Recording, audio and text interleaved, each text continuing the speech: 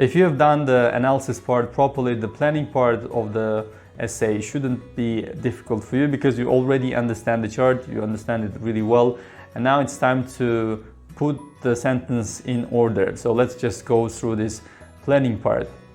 So in the planning part, you should have a plan. I advise my students to take some notes before they write. You can just write on a piece of paper, on the booklet, and you're not going to be penalized for that. You can just take some notes.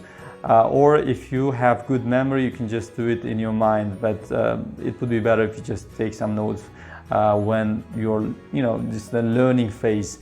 And when you become a master, like, at analyzing the pie charts and planning, then you can have it in your mind. Otherwise, it's better to take some notes. So we're going to have a 3-paragraph plan for our essay, and we'll start with introduction, body 1 and body 2, and there is no conclusion in task 1. Don't write any conclusion in task 1 at all, and in any type of chart, pie chart, bar chart, any type of chart, there is no conclusion in task 1. Just remember that. So in the introduction, we're going to write 2 sentences, and those are the standard sentence in the introduction. I think every single IELTS teacher will teach you this. So there are 2 sentences in the introduction. The first one is the paraphrase of the topic. So the graph shows, the pie chart shows, so you're just going to paraphrase what has been given as a task. So it's very easy part. Second part is slightly difficult. It's an overview. It's difficult because students might misunderstand the overview and write something different. So overview, and there are 2 words you can use: overall, in general. Here I'm using overall. So for example, overall, Puma spent more money than Adidas. So this is something that you can note as an overview. So this is like a big picture of the chart. Having written the introduction, it's time for body 1, where you're going to write about maximum and minimum.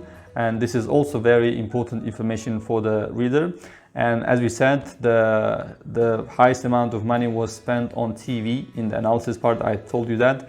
So this is what you have to mention as a maximum. While in contrast, the least amount of money was spent on billboard advertising. So right after the maximum, you write the minimum. So here you are contrasting the 2 categories, and this is what you are asked to do in the task. So you have to make comparisons, and this is what we are doing here. So maximum versus minimum. After you finish the body 1 part, you can write other important information. For example, we have noted that very interesting part is internet. So here Adidas spending more money than Puma, and this is something that you can note. Internet, and you can also mention about newspaper as well. So because we don't have many categories, you can also mention newspaper right after the internet part. So this is how the planning part is done. As you can see, it's not very difficult. You just need to be able to analyze the pie chart. I think the most difficult part of the planning is analysis. If you do analysis well, if you can analyze the bar chart, if you can understand the bar chart, it's going to be really easy for you to have a plan. So, but always make sure that you have a plan before you write, because things might get messed up while you're writing. So make sure that you have a plan. It might be a mind map that you form in your mind, or you can just take some notes before you start writing, but don't skip this step. Don't just start writing right away. Make sure that you understand the bar chart fully and have a plan before you write. This brings us to the end of the first part of our course. I hope this part of the course was very useful to you, and you've learned some useful skills. You've learned how to analyze and how to plan a bar chart, and you've seen that you have to follow 3-paragraph plan here. So introduction, body 1 and body 2, and I have also mentioned the order of the sentence that you have to follow in writing a task 1 essay.